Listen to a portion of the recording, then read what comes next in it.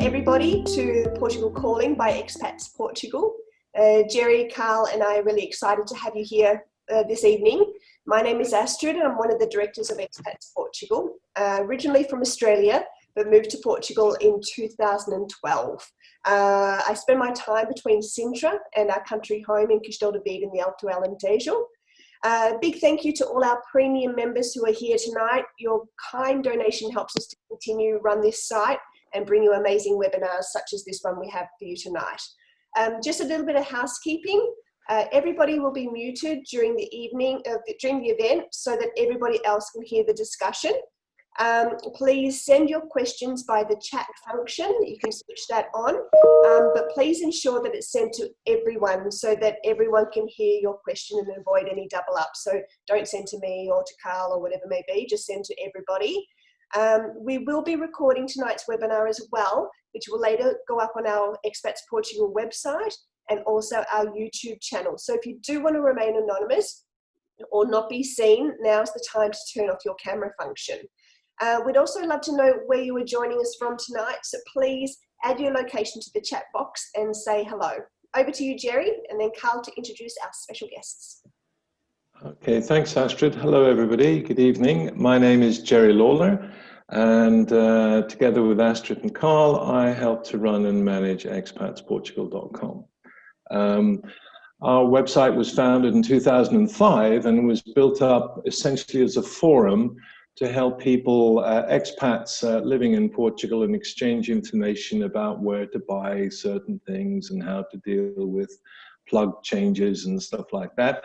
Astrid and I took over the site last year, and since then we launched a new website with a real focus on two areas. One, helping people to relocate to Portugal, and two, sharing in the lifestyle for those of us who already live in Portugal. I'm delighted to tell you that we've just tipped over a major goal and added 1,000 new members since we launched our new site in the beginning of March. So we're really pleased about that. And all of those people are people like yourselves who have a real interest in Portugal, and particularly for people who are looking to move here. So it's my great pleasure to introduce you to our host for the evening, Carl, and Evija from JLL, who is going to demonstrate some of the properties that they have available in Portugal, in Lisbon in particular, and to talk a little bit about the life and lifestyle in Lisbon. So over to you, please, Carl. Thank you, Jerry. Thank you, Astrid. Good evening, everybody. Lovely to see some familiar names and faces here this evening. Let's say a few hellos to people, find out where you're from, before we go to Evija, our special guest, in just a moment, from JLL Residential. Steve in Minnesota, Angie and Steve in Minnesota. Donald's here from Charlotte, North Carolina, and all the way from Príncipe Real is Steve, but originally from NYC, moved September the 1st. Great to have you. Pierre from London, UK. Ola from Los Angeles, from Mari. Hello, Mari. Wendy from the Isle of Man. Greetings from Virginia, from Alex. Lauren, hello. And Andrew from, hi there. Raleigh, North Carolina, US. Hello from Fabio. Fabio, hello again to you in Sintra. And over now to Evija Segleniece. How did I do there? Yeah, hello everybody. Yeah, my name is Evija. Lovely to have you here tonight. Nice. Looking forward to talk to you. Absolutely, and a bit of a virtual tour as well of some properties in Lisbon, which, as we said, is really hot right now. We're going to be looking at where to live in terms of different sort of lifestyles. We can answer questions on that. Nightlife, whether you want it a little bit quieter or a bit more cosmopolitan. Best places to invest and the areas to look at. And we'll probably take in all of those sorts of issues tonight. So do keep the questions and comments coming in via the chat, and I will put those to Evija here. Could we begin by maybe you telling us a little bit about yourself and JLL, please, Evija?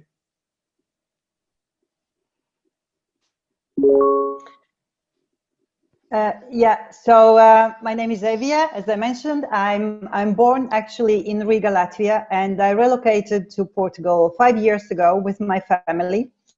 And so I went through all the experience that some of you already might have gone through or about to. So I'm like a real example, like Astrid, living here in Portugal and really enjoying being here.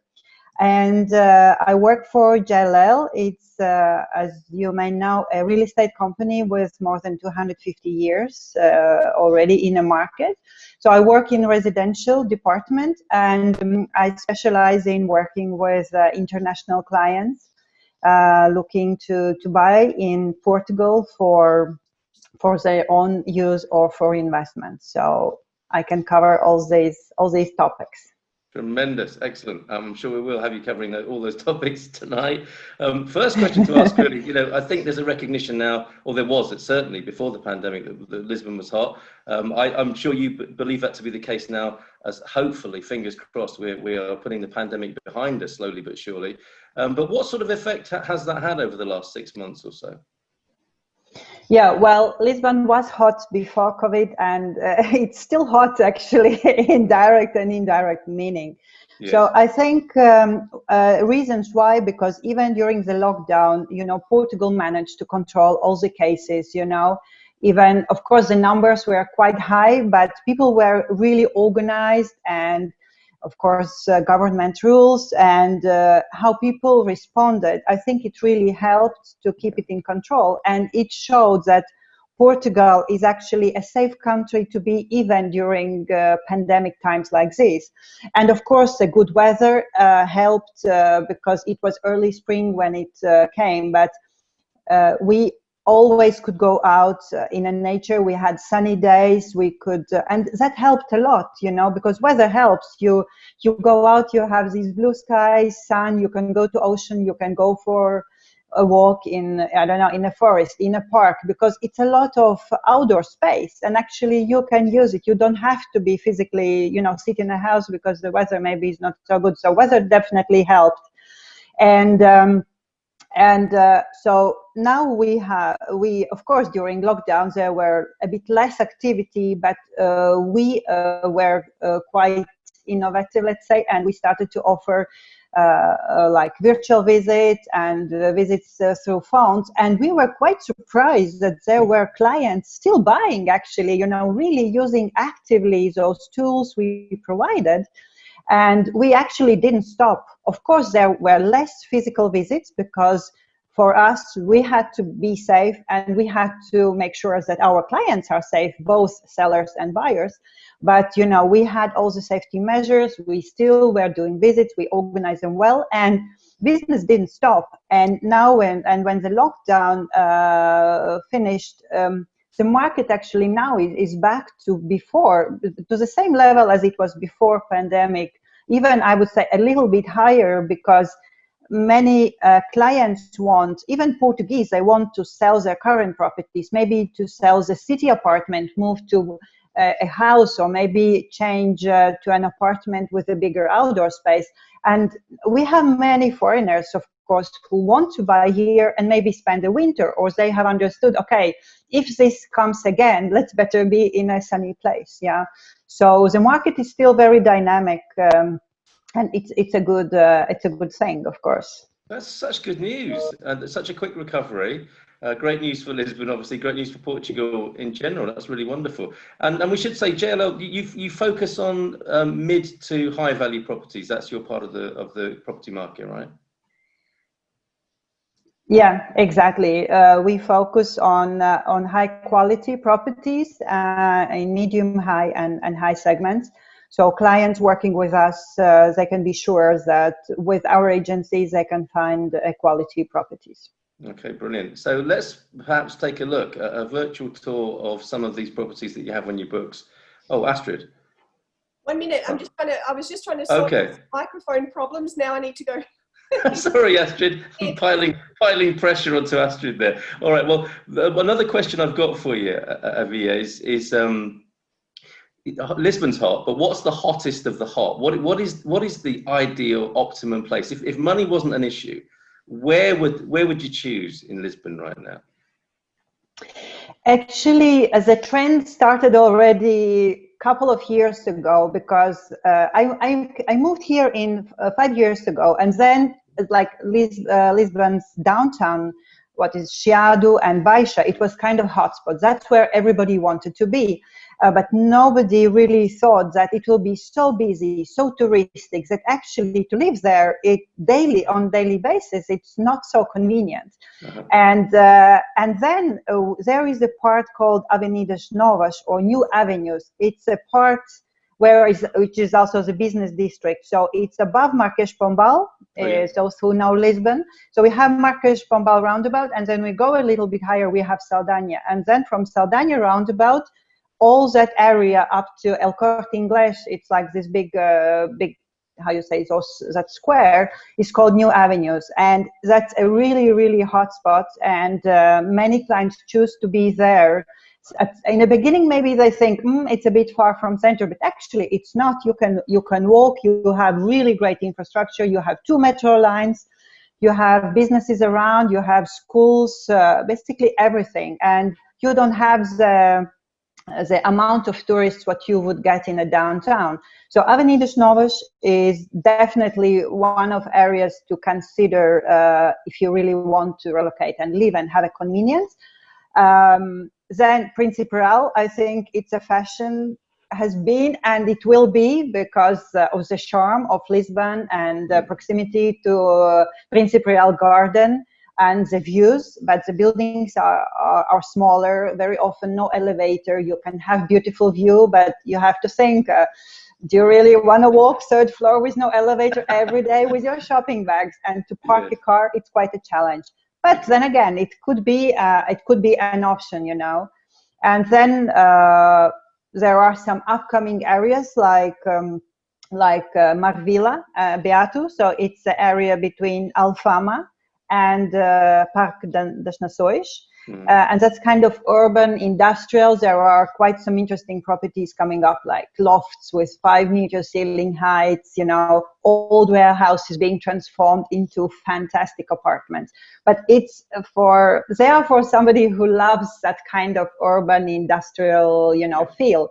There are, of course, train and the metro, but the convenience is still not there. You still don't have all the services around. It attracts a lot of creatives, and you know, it's kind of that trend. And then, of course, classics like Estrela, you know, Estrela and Campo del Rico, that they are the classic neighborhoods. And Estrela is beautiful because it's close to the river. You can walk, you know. It also has its own charm. Lapa, you know, it's also on the same borders. That's where we say Lisbon's old money lies, and where all the embassies are. So it's kind of a rich district. But then again, it has some disadvantages because of transport. Currently there is no metro, you know. Sometimes parking can be an issue because not all buildings has a parking. So I think it's I would say everybody can find their perfect spot, you know. They just need to feel a little bit, to understand what they really want, because neighborhoods are really, really different. Yeah.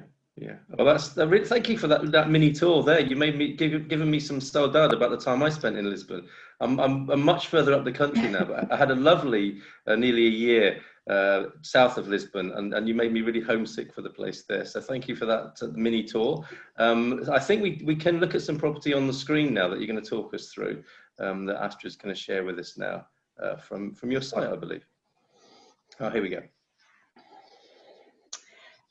Yeah, so another thing what is very important for everybody to know. So JLL is specialized in new developments. So we have, I think, today around 160 or even a little bit more developments.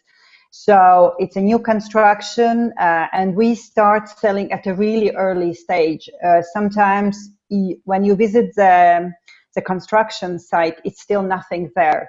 But when the property is concluded, you get something spectacular. Like in this case, It's a fantastic project with 2 buildings. One is with original facade, so it's quite traditional. Other one is a bit more modern. You have a garden in a city. You have a spa. You have fitness. You have indoor pool.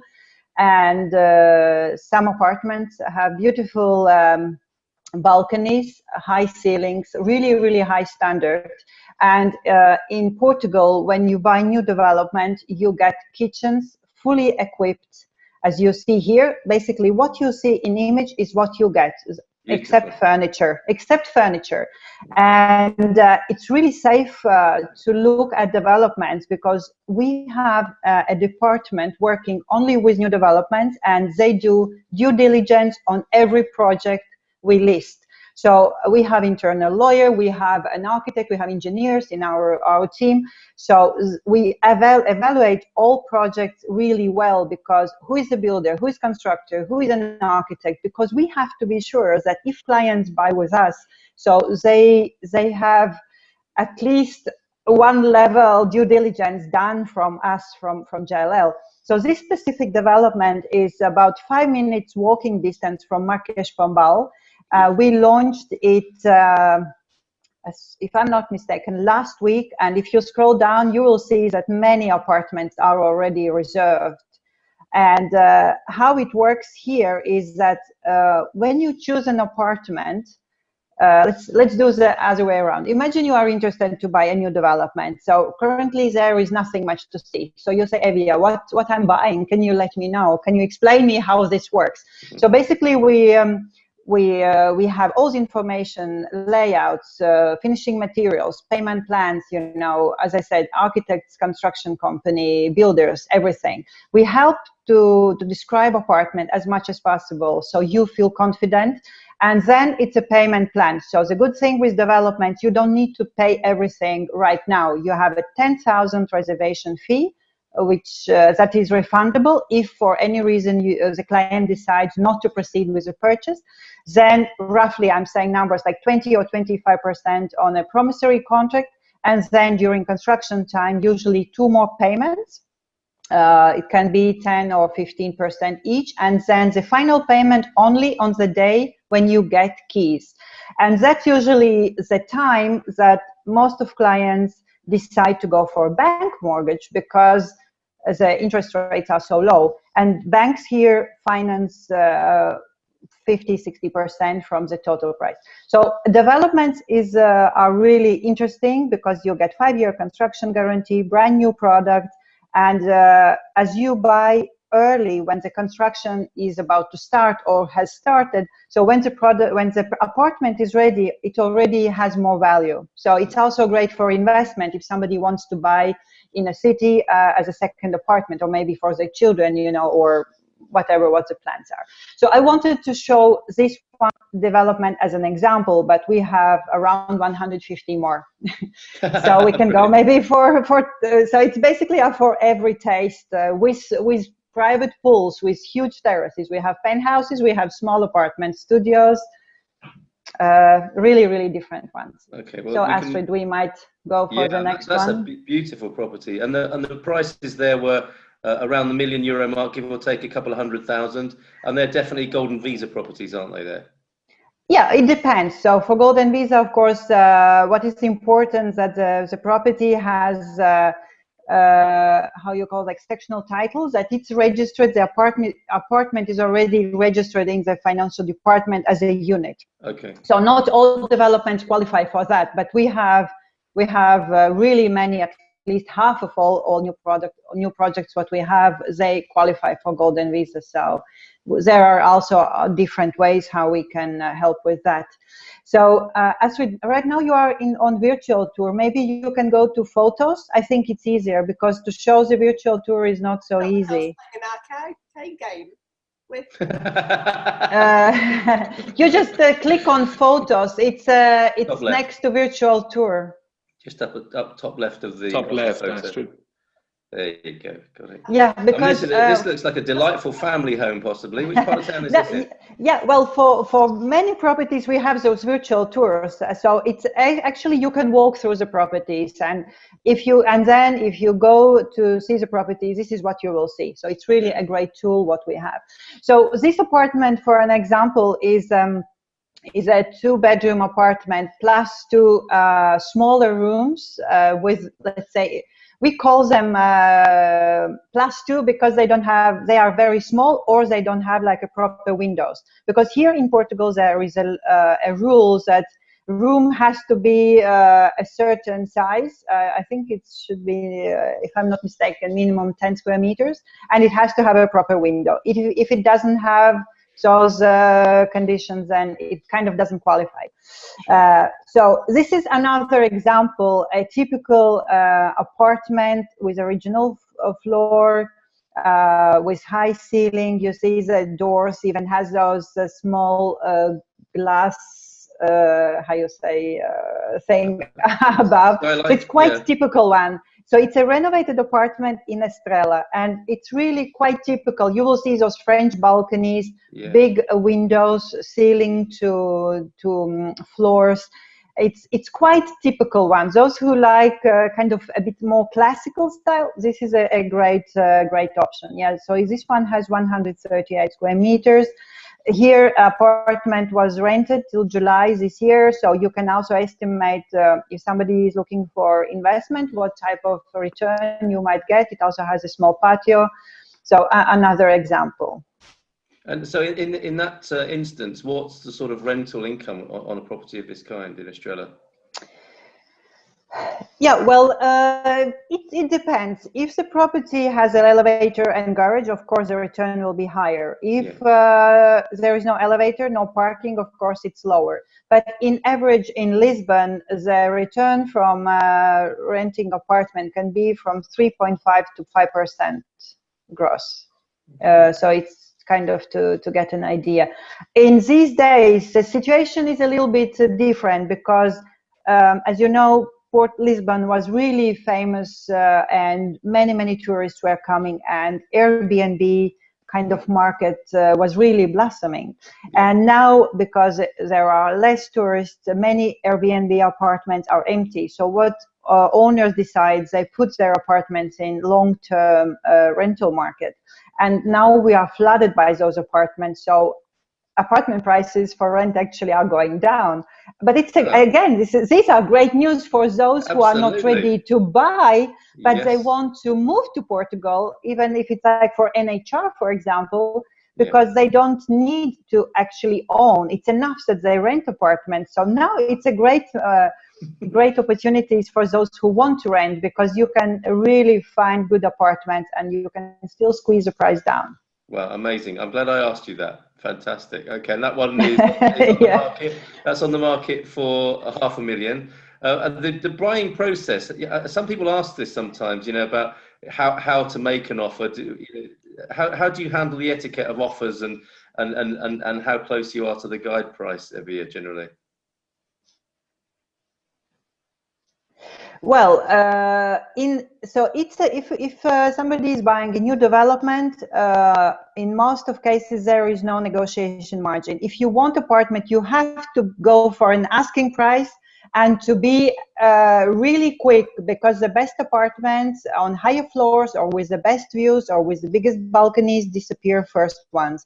And specifically because apartment is reserved once the deposit is paid, and the deposit is valid for 2 weeks. So basically what most of clients do, they book the apartment and then they evaluate everything during those 2 weeks. And that's why sometimes happens that apartment was reserved, but then it kind of comes back to the market because maybe somebody did really a very spontaneous decision, and then when they spoke with the family or so, maybe something, it was too small or too high or on a too low floor or whatsoever, they kind of don't want to proceed with the purchase. But with used apartments, it's a different story, because in most of cases there is no reservation unless client really needs more time to maybe transfer funds or I don't know, to do something. But normally for used apartments, the client just sends a proposal, and for apartments, usually there is some negotiation. It can be 10,000 euros, can be 5,000 euros, or in some cases, it can be also more. In average, it can be around 5 to 6%, but it's really average depending in which location. If the apartment is in really prime location, it can be that there is no margin or really very small margin, but it's definitely not 20%, not 10%. It doesn't exist. At least with our agency, it doesn't exist, because when we list a property, we do a careful market study. So we are interested to list the property for a real price. Of course, there's always some negotiation, but it's kind of reasonable. Very good. I'm glad I asked that as well. Good insight there on that around price. So for this one apartment, yeah. So I know that many clients love Cascais, and yeah. I live in Cascais myself. Oh, excellent. So I was there this week. I was there on Monday. I live in Cascais. Oh, beautiful. I live in Cascais and I work in Lisbon, so I commute every day. My daughter is going to school here. So Cascais is another really popular destination. Many love it, and the properties are quite expensive here, and the prices have been growing. So, but this one is a good example because it's actually really well priced. It's a 2-bedroom apartment. And as you see, it's a nice condominium. You even have a small balcony with large windows. It's quite typical here, the layout and how the rooms are distributed. But it's great because this location is close to Casa de Guia, if Carl, you know it. So you actually from there are maybe, I don't know how quickly one walks, but maybe, I don't know, 10 minutes and you are by the sea. In some cases, you even can have a beautiful ocean view already, depending on which floor you are. So this is another example. You even have a storage, you have a parking, and you have a 2-bedroom apartment around 100 square meters. So this is really well-priced apartment. Tremendous. Not luxury, but really good quality. Yeah, looks great. 395. Okay, perfect. Perhaps on to the next one. Where are we now? Which part of Lisbon? So now we are in Villa. Okay. This villa has 3 bedrooms. So it's a very modern 265 square meters, 3 bedrooms, 4 bathrooms. As you see, it's a good quality. You have central heating, nice tiles, and it has a terrace. And yeah, if we go further. And we're in Cascais here again, aren't we? Yeah, this is again Cascais to show another type of property. Yes. Wow. So look, you have this pool and you have this beautiful view. Very nice. Another example, exactly. Wow. So imagine swimming there, infinity pool, yeah. Enjoying the view. Beautiful. Absolutely. Beautiful. Beautiful. Last one. Yeah. Yeah, and on to the final selection. Oh, look at that view. So sometimes clients think, okay, Lisbon is great, or Cascais. It's kind of two extremes. And sometimes they forget that there is beautiful small cities alongside the ocean. And this one, it's not even actually a city. It belongs to Oeiras. It's one part, it's not really a village because it's not rural, but it's like a small town. Mm-hmm. But look at these views. This is one of the best condominiums in that area, and you have frontal views. You have big windows. Look at this terrace, and yeah, it's really, really great. It's comfortable to live because you are in Lisbon, but at the same time you are a little bit outside. And if this view would be in Lisbon, you would pay, I don't know, like close to 2 million maybe. So if you're a little bit outside, you get much better price. And then again, if you will go closer to Cascais, the prices again will be like maybe even 6 million, you know, depending. We have some projects, you know, where the prices are really, really high. But yes, you get frontal views and fantastic apartments. So this is another example. Yeah, beautiful. Thank you so much. An apartment. Yeah. Yeah, and that's presumably a shared gym. very nice indeed. Okay, Evija, thank you very much for the virtual tour there. I'm going to see if we have questions from people who are here with us tonight in the audience. I think they're stunned. There's a stunned silence with those beautiful properties there. So in anticipation of questions coming in, if I can get a general idea in terms of demographics from you with living in Lisbon, different areas for different types of people, different setups, family areas, what are good places to focus on for families in Lisbon, would you say? I think it depends if family has children or not, because it's also about proximity maybe to parks or proximity to schools, because in Lisbon there are some schools like, for example, French Lycée in Amoreiras. That's where many foreigners choose to send their children to. And then they choose to be as close as possible. Then the locations could be maybe Santo Antonio neighborhood, near Marques Pombal, or maybe Campo del Rico, because it's really easy to commute. Or it can be also new avenues, Avenidas Novas, but also in. So I think those maybe would be the most convenient. But of course, we can find a suitable and good property in other locations, and then it depends from family to to really see how they will do the logistics. If we are here in how we say Cascais line or near Cascais, we have really many good schools. We have many international schools, and families who have children, they decide to actually be in this area because it's much easier. Sometimes even school has transport, so they can deliver children here and there. If the children are already grown up and it's a couple relocating and they want to be more in a city, then it can be near Avenida Liberdade, it can be even Príncipe Real, maybe, it can be even in a really great and let's say a little bit posh Chiado, because we can still find really beautiful properties there, because then you actually don't need a car. You just go down and you have everything, you go to shops, you go to cafes, you meet your friends, you go to, I don't know, yoga, Pilates, gym, whatever you want to do, right? I think it really depends from a lifestyle. It can be also maybe somebody looking for a house, and then spending there. And when family flies to Portugal, they do like family meetups. So it's a lot of, we have a lot of opportunities, a lot of options. Absolutely, yeah. And you touched on a demographic there. I think there are a growing number of people who don't want to have a car. And Lisbon, I think, is pretty well suited, isn't it, to people who want to dispense with having a car altogether and enjoy the city living. Yeah. Yeah, it's definitely, and even locals like those who live in Lisbon, very often they don't use their cars. They use their cars only for weekends because the metro is really, really good. And you have a very low price for the monthly pass.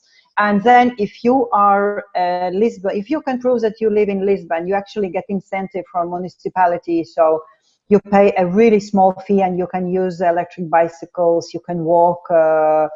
We even have some developments where the developer has a special elevator for bicycles, and they give as a present electric bicycle to apartment buyers. So we even had such example. Unfortunately, nobody gives Tesla yet, but it's all relative. At least, but it's maybe we should speak to some developers. But at least electric bicycle, we had a developer, and it was a cool idea, I think. Well, lovely but idea. But a good thing is also if we speak about technology and solutions. So now in new developments, developer has to provide charging. Charging spots for electric cars. Yeah. And in most of developments, you also have a place where to park your bicycles. So you don't have to carry to the apartment. You actually can safely park in a garage. So I think it's really well thought, and Lisbon is investing a lot to make more paths for bicycling, and you need to be in a good shape to walk up and down. So in Lisbon, but you save on gym. Yes, absolutely. What a good way of looking at it. There was a question or two about the last property that we looked at there. That was, and I've never known if I've got the pronunciation of this right. Is it Oeiras and Algés, Linda Avelia was the last one, Ecruz, that last property? Yeah, it's part of Oeiras. Yes, Oeiras. Oeiras is like 10 minutes by car from Lisbon center. Okay, fantastic. Yeah, that was quite popular, I think, that one. Mortgages, a question about mortgages, but if I could make that a bit broader, how easy? And do you help people with securing mortgages? How's that looking at the moment? I think you were saying that banks are quite keen to lend right now.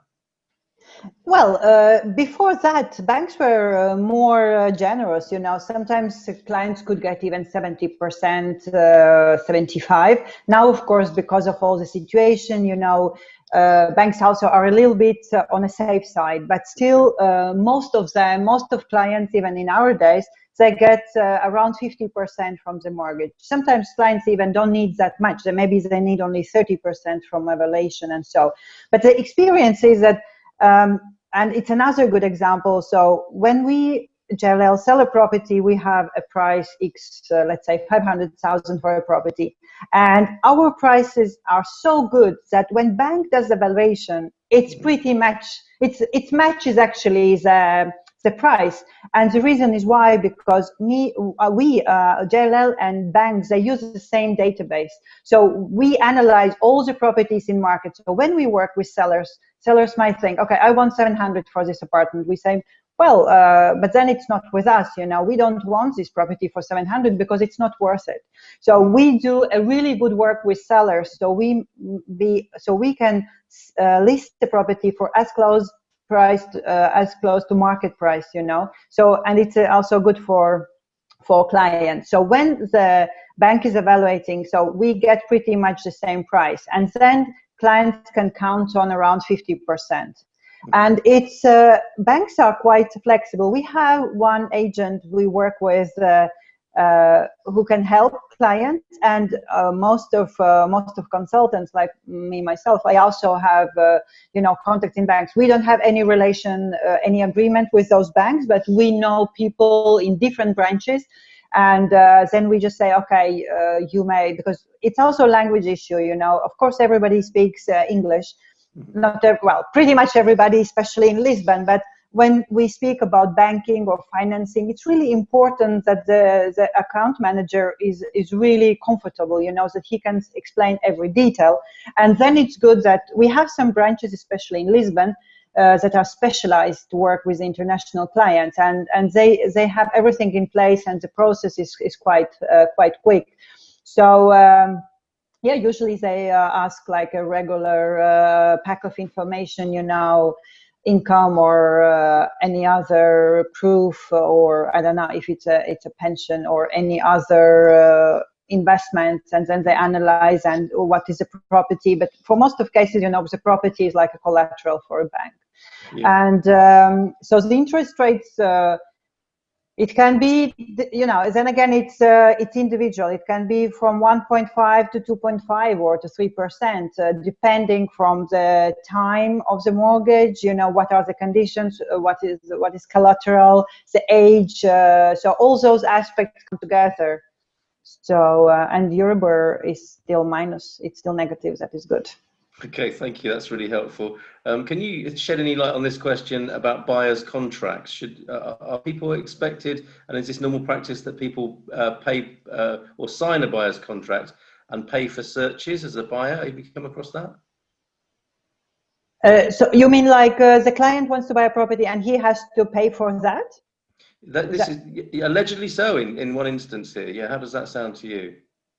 No, well, in Portugal, it's the seller who pays the commission. So buyer doesn't have to pay. Buyer just needs to pay the acquisition price, the price that he's paying for the property, and all the legal costs related to that. So taxes and notary and the lawyer. Okay, Cole, I hope that's helpful.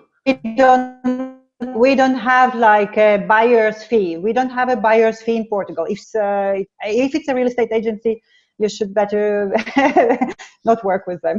Okay, thank you. Because it's not right. We don't have this practice here.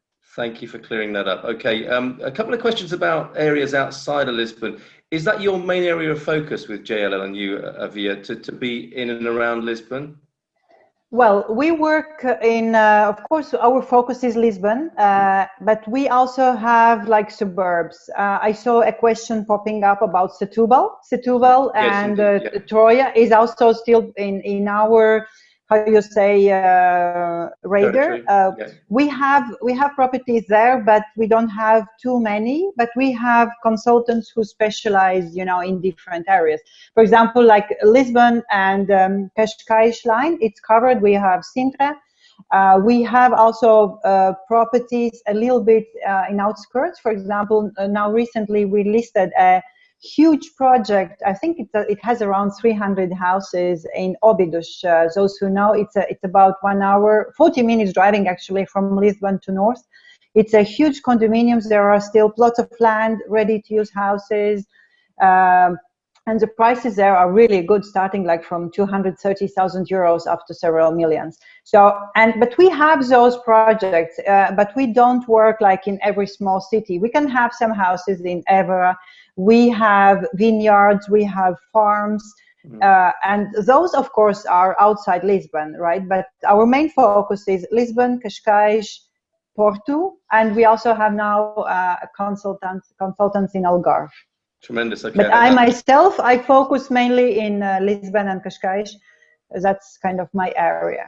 Tremendous. Okay, and we need your contact details, Evija, certainly before we go, but it might be useful in the meantime. Obviously, you'll be representing people who are selling as well as buying, so it'll be great to have your details as our point of contact here tonight for JLL. Going back to Cascais and yeah, please share my contacts, and I'm really happy and looking forward to welcome more people who want to relocate and live here. And yeah, if somebody wants to ask me some more questions about, you know, how did it go, and if I can give some tips about schools, and so I also can do that, because as I said, I came here with my daughter and we went through looking schools and, you know, settling down, organizing everything. So I can share also my tips if needed. That's really helpful. Thank you. Appreciate that. Yeah. So you're an authentic expat with that inside information, which is brilliant. Dulcie says, are the closing costs a set price or a percentage of the selling price? I'm not sure exactly what that means, but that might make sense to you. Yeah, so we have an apartment and then legal fees. So what you pay for a notary is around, not for a notary, for a lawyer, is about 1 to 2% from the total price.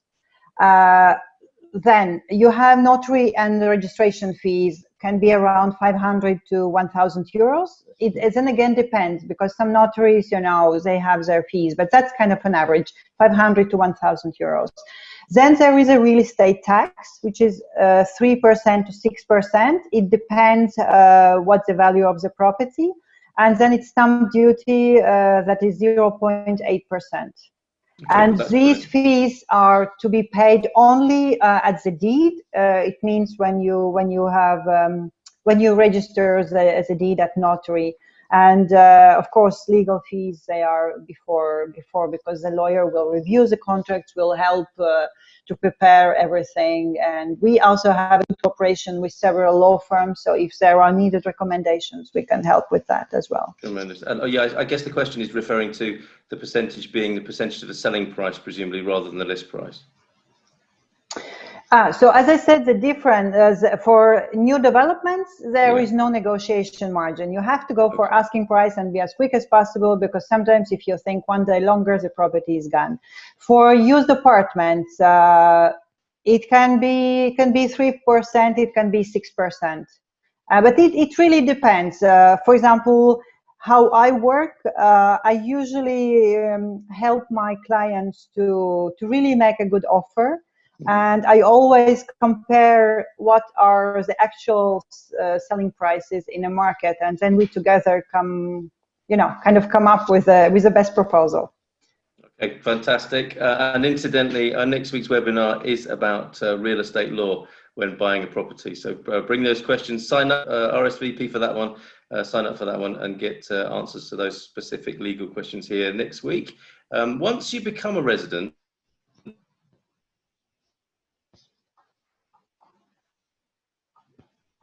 We've lost you, Carl. Yeah, sorry, I didn't banks hear make the larger question. mortgages to residents versus. Oh, I hope I'm back again now. From Stephen, once you become a resident, do banks make larger mortgages if you live here rather than if you're a foreigner applying? What's your experience of that? Well, I'm not a resident myself here. I'm a resident of EU, so it could be that it's more, but I think now the times when banks gave 90%, they are gone. So I would say in some projects, in some developments, banks developer has an agreement with the bank. So in that case, the bank might finance not only the deed, the value that has to be paid on the deed, but also a little bit more, for example, if needed. But that's mainly with developments, because developer already works with the bank during construction, so they already have a history, you know. But I don't know really. I can't answer. It could be a bit more than 50, maybe up to 70, but the best is to ask, you know, to speak with banks. But that's what I know for now, because mainly for foreigners. Since I work mainly with international clients about to move to Portugal, you know, usually they get around 50%. On that, I'm quite sure. Okay, that's great. That's helpful. Association dues. Are you familiar with that term when buying an apartment? It's a question from Michelle.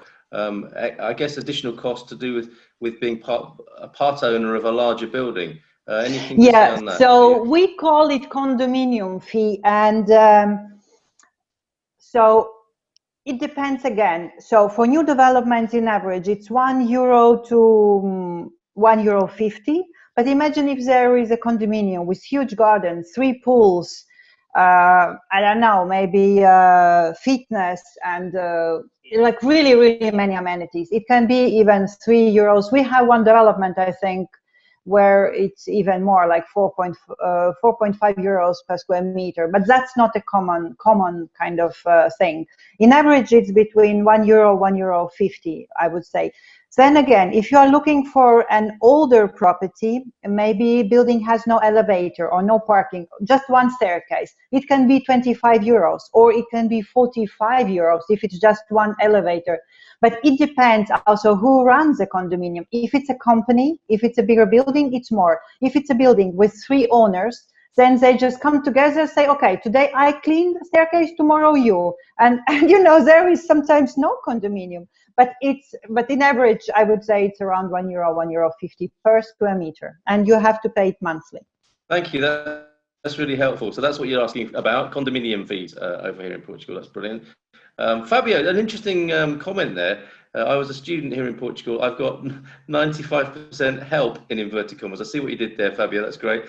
From the bank to buy my current house. That's quite a lot of loan value there. So perhaps the tip is to become a student as well when you move to Portugal too. Yeah, well, definitely there are some ways, because there are some programs for young people, you know, to help to buy houses, but I'm not expert on that. Okay, all right, but thank you for that, Fabio. Yeah, obviously worth asking around and seeing what other people do, and a good question to put on the expatsportugal.com forum, of course, as well, if you're searching around for unusual ways to raise finance. And already Stephen wants Fabio to send him your banker's details, Fabio. So well done, Stephen. Yes, at the other end, we're talking about students there. In terms of the retirement demographic, a lot of people would immediately think of Cascais, wouldn't they? Would you agree with that? In terms of people wanting to come to Portugal to retire, Cascais could. What part? Not only that, but what parts of Lisbon would you recommend as well? Well, it really depends. There are many many retired who want to be still in Lisbon, exactly. Some wants to go to Cascais, some want to go to Algarve, you know, to have a little bit more warmth and a little bit different lifestyle. And I have had clients who have bought in Heart of Chiado. I have like really 3 minutes from all the bus because they wanted to be in a bus. They said, no, we are retired. We don't want to be in a countryside and just walk around with a dog. We want to live the life. So, and they bought like really very, very nice apartment with beautiful river view. And they are having friends over almost every second week, you know. They are living more busy lives than before when they worked. And we have beautiful properties in Lapa and Estrela, and they are great because it's more quiet. And if you choose the right property, you have a beautiful view. It's very relaxing, you know. Of course, you have some tourists wandering around, but it's definitely not the noise of downtown. And many choose to live in Cascais, but you know, Cascais is beautiful, but it can be sometimes quite boring. So it depends. I think it really depends from a lifestyle. What sort of retirement you're looking for, I guess. Yeah, that's really wonderful. Evija, you've been so brilliant. And I just want to ask you one more question as we conclude here, because I think what happens now with these webinars is a bit of an after party, I understand. I rush off to a wine tasting, and I know people hang out now at the end of these. So we'll leave a little bit of time for that, and we'll have to make sure people have got your contact details. But I wanted to ask you on a personal point of view. You know, you're from Latvia. You say you've been here for 5 years. What's your experience of Portugal, living here, living in Cascais, and would you recommend it? Oh, definitely. I think that was one of the best decisions I made because I'm really very, very happy here. And I moved here just knowing how to say hola, bon dia, tudo bem, and adeus. You know, I didn't know nothing more. And now I learned Portuguese. I have many Portuguese clients as well. I really feel confident about my knowledge. And I really fell in love with this country. And I think that's what happens with most of clients. You know, I came here, I think 2 years before I relocated, and a friend of mine, she's from Cascais, and she said, okay, you know, I want to show you where I live, and I want to show you Lisbon. And so she became friend actually more closer after. She was just like, we did a course together, and she said, I've come and visit Lisbon. I was like, I've never been in Lisbon. It's nice, but you know, I don't know. And I came, and then she took me to Cascais and Lisbon, and I was like, oh, I'm in love with this country. And when I had a situation in my life that I had to choose, okay, this is a time, either I move to another country or I stay, because my daughter was about to start to go to school. And I asked her, I was like, what do you think? Shall we move or shall we not? She was like, yes, let's move. And so we came here with 3 suitcases, and we started our life basically from zero. So we learned the language, and what clients have to know, they have to have patience, you know, because bureaucracy is is much higher than I was used to, and life goes a little bit slower pace. So you definitely need patience, and it's really good to have somebody who is here you can talk to, you know, whom you can trust. It's good to ask for an advice about, you know, taxes, and can you take your car over, can you not, you know, because I didn't know I can take a car over and pay no tax. And I thought, oh, it's fair. It's like 1,000 euros. Cars should be cheap. And I arrived here, and surprise, cars are so expensive.